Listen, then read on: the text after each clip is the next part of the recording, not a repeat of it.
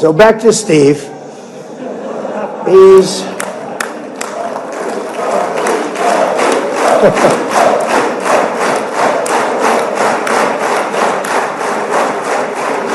but I tell one story because he was so involved, and then we called in Jared. We called and we need that brain on occasion. We got to get Jared in here. We got to get a certain group of people. But Steve started this all by himself. I call him Henry Kissinger, who doesn't leak.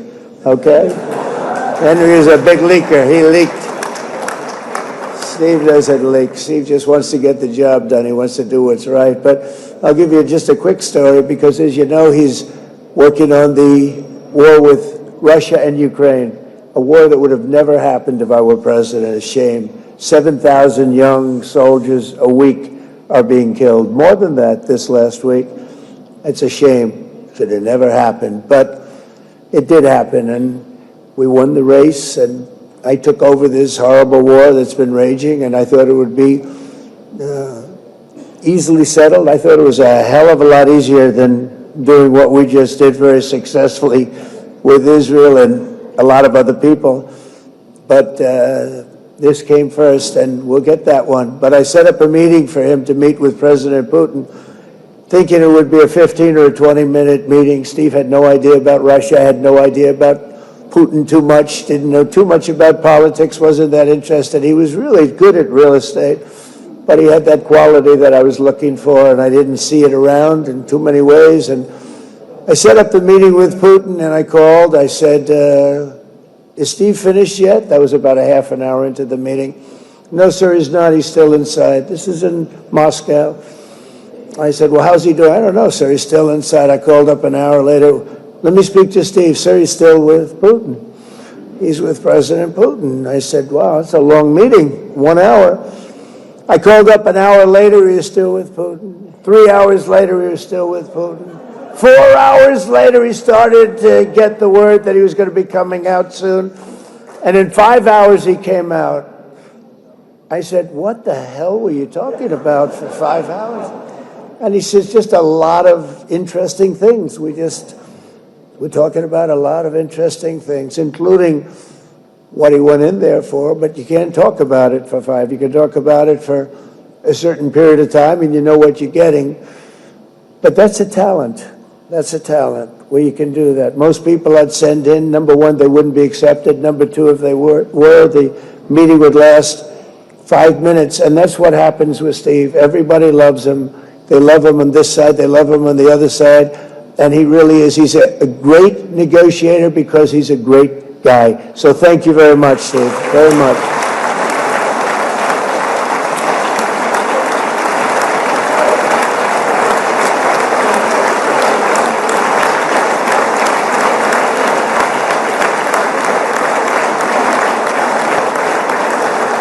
And let me also give a very special thanks to someone who truly loves Israel.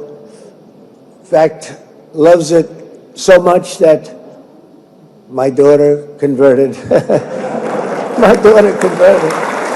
I didn't know this was going to happen. And Ivanka's here.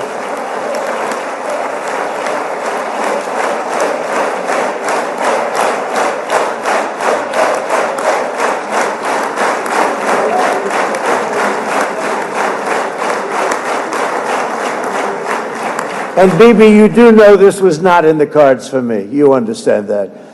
And she is so happy, and they are so happy. At least I think they're happy. If they're not, we have a big story, right? No, they have a great marriage, and they get along great. They're best friends. They have a very special relationship. But Jared has been so helpful. He really did something very special. He established the Abraham Accords with a group of very wonderful people. I like calling it the Avraham Accords because people that, right? Avraham. It's so cool. It's so much sort of nicer, you know, the Abraham versus the Avraham.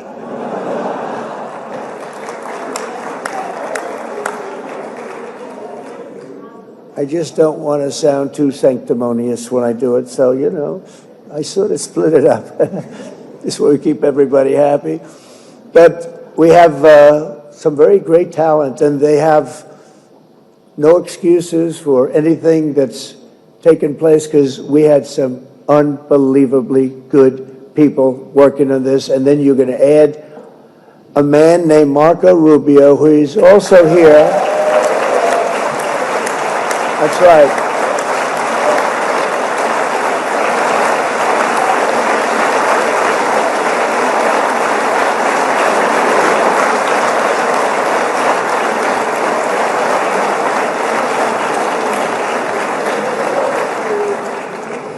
And I have a prediction that Marco will go down, I mean this, as the greatest Secretary of State in the history of the United States. I believe that.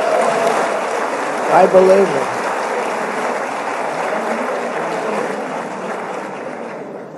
it. And he and I, you know, we really fought it out. You remember, he was tough.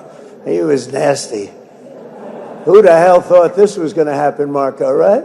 And now I'm saying he's going to go down as the greatest. He will. He was always smart and sharp, and people respect him.